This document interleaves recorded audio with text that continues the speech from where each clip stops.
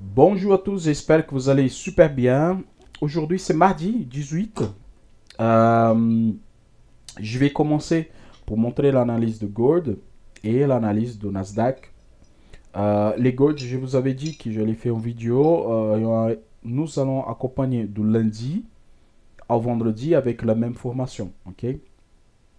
Donc, la formation de Gold que je fais hier, c'était cette chandelier-là.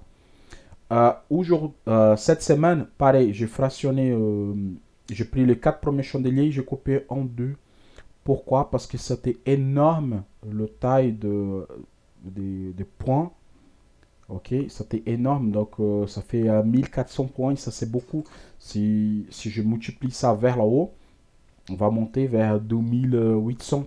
C'est beaucoup. Ok, donc, j'ai fractionné.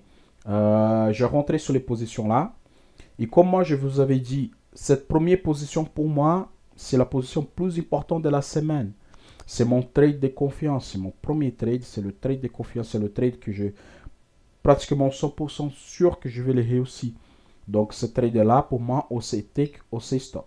À partir de celui-là, comme je vous ai expliqué sur plusieurs vidéos, c'est toujours take des deux niveaux. Mais par contre, le premier trade, c'est un take de un niveau. Donc, qu'est-ce que je fais? Je retiens en position, exactement ici. Stop loss le plus bas. Et je vais prendre un take de un niveau. Moi, je prends toujours un take de un niveau sous cette première trade de la semaine. Pourquoi? Pour moi, c'est mon trade de confiance. C'est le trade à 100%. Ok? Si je loupe ce trade-là, si je loupe que je dis, si je me fais un stop loss, je tourne la main carrément et je mets un take des deux niveaux et je vais récupérer le take des deux niveaux. Pourquoi? Je sais qu'il va toujours faire. Okay? Cette première trade là, elle est tellement importante dans ma semaine de trading parce que c'est avec lui que j'ai fait le bénéfice de toute la semaine. C'est lui que j'ai mis les plus grandes lots. C'est sur cette première trade là. Bon, vu qu'on a fait ça, hier, c'était jour férié les États-Unis, donc il a travaillé toute la journée. Et ça, c'est l'importance de ne pas rester devant les graphiques. Parce que, exemple, là, je n'étais pas devant les graphiques. Donc, je vais mettre l'horaire de Paris. Plus un Budapest. Là, il est au Paris. Voilà, Paris. Regardez, à 10h15, il est venu chercher carrément le take profit, mais il n'a pas fait. Il a retourné tout vers le bas, il a passé au négatif et après, bon, take. Et aujourd'hui, c'est déjà mardi. Donc, c'est comme je vous avais dit, c'est là, c'est mon trade de 100% de confiance. À partir de maintenant, qu'est-ce que j'attends? C'est quoi le prochain pas? C'est le MECAS ici, 2800, 2880 peut être un chiffre rond. J'attends cette vente, ok? Et je crois que c'est vraiment ça qui va se passer, vu le mouvement de la semaine dernière. Nous sommes là sur les records historiques. Ou la deuxième option est, on a cassé le deuxième cycle, on va direction le troisième cycle. C'est le travail, le troisième cycle, le retour. Qui c'est le trade que moi je vous avais dit. C'est qu'en portion de troisième cycle, il fait un retournement. Donc ici, il n'y a que deux options. Entre-temps, je ne fais rien. Pourquoi? C'est pas parce que je pris un trade maintenant que je vais rentrer sur le neutre et encaisser des stop loss. Non. Là, j'attends tranquillement la nouvelle opportunité. C'est où la nouvelle opportunité? C'est qu'en portion de troisième cycle ou la casse de canal d'ouverture et zone neutre de la semaine. Je sais. Entre-temps, c'est fini. Je ne touche pas le gold. Le Nasdaq. Le Nasdaq, hier, je vous avais envoyé dans les groupes, je ne tradais pas le Nasdaq parce que c'était un jour férié.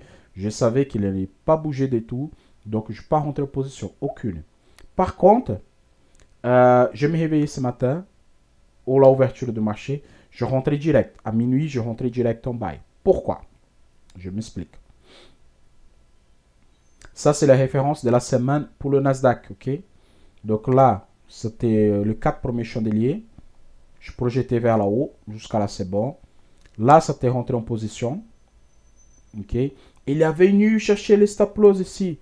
Et après, c'est reparti. La question, c'est comme hier, je n'ai pas tradé. Je n'ai pas tradé du tout hier. Je vais grandir ça.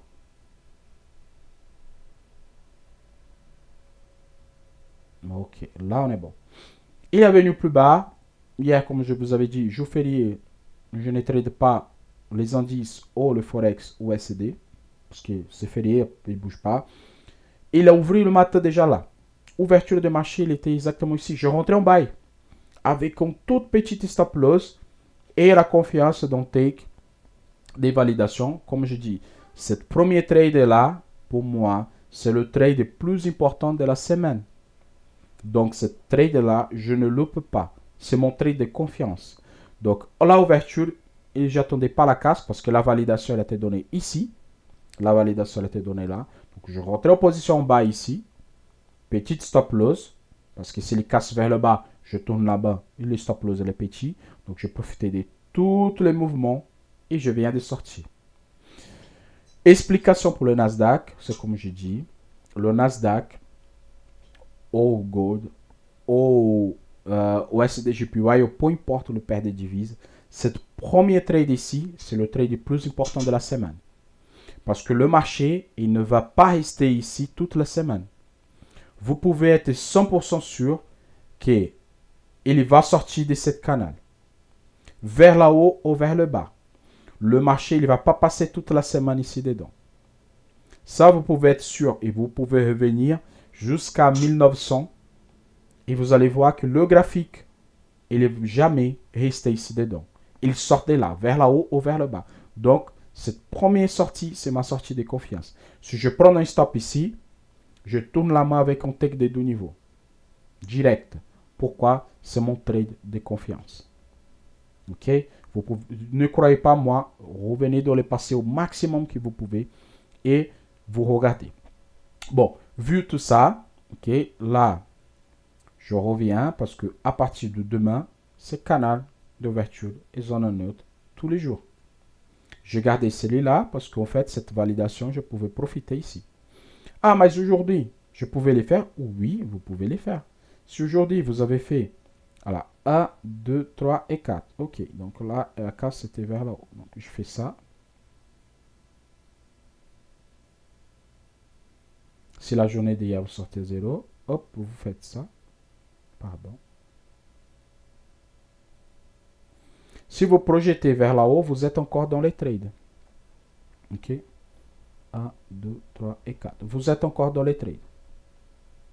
Normalement, ici, vous avez sorti un break-even. Attends, je vais voir si ça dépasse 50%.